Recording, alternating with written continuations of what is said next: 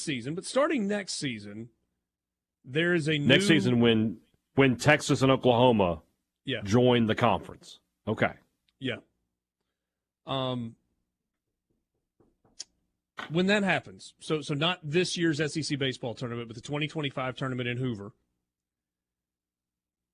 a single elimination tournament.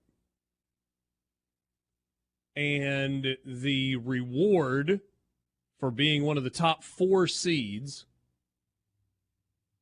is that you only have to win 3 games to win the SEC baseball tournament. There's a massive advantage. And on top of that, in terms of winning 3 games, you have an off day, potentially. Two of the teams will have an off day. So it still will begin on Tuesday. There will be 4 games on Tuesday, 4 games on Wednesday, 2 on Thursday, 2 on Friday, 2 on Saturday, and a championship game on Sunday. So the teams that are seeded 9 through 16 will play on Tuesday. Elimination games for everybody.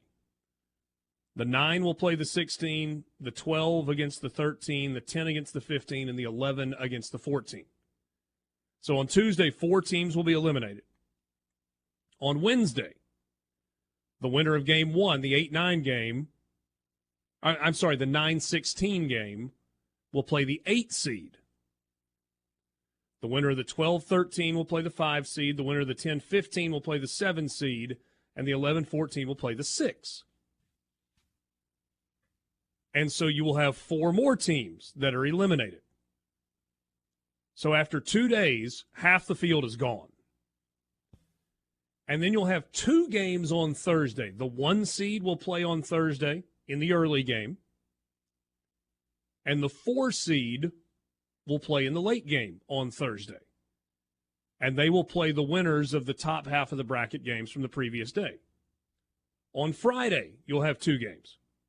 The 2 seed and the 3 seed, and they'll play the winners from the bottom side that are still alive. And then single elimination games on Saturday and a single elimination championship game on Sunday. So if you are the 1 seed or the 4 seed to win the SEC tournament, you win on Thursday, Saturday, Sunday, you're the champ. If you are the 2 seed or the 3 seed, you win on Friday, Saturday, Sunday, and you're the champ. Now, there are 8 teams going into this that could potentially have to win 5 games in 6 days.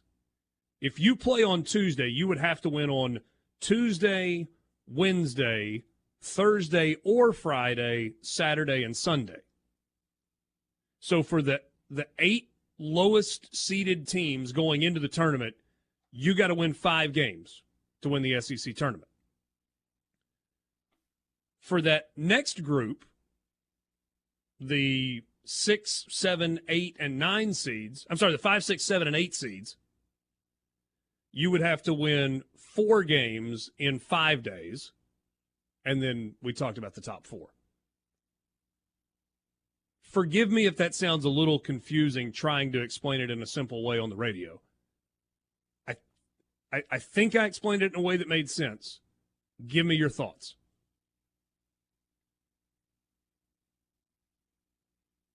Let me start out with one. Let me start out with one and just give you an overarching thought. You can win the SEC baseball tournament and not kill your pitching staff. That's good. If you are a team that is very much likely to be a postseason team. Yeah. Now, if you're one of the 8 lowest seeded teams and you make a run, you might or might not have been in the tournament. Maybe you can play your way into the tournament. You probably need more opportunities to play games to build your resume. Yeah. But if you're one of the top 8 out of this 16-team SEC in the SEC tournament, you're playing in the postseason. You're going to be in an NCAA regional. And now, if you're one of those top 8 teams, the most games you're going to play is 4 games over 5 days, and you don't kill your pitching. I think the Hoover Chamber of Commerce and the Small Business Association had a big deal with this as well, because they were just like, we're not having State and Ole Miss here anymore. They're coming.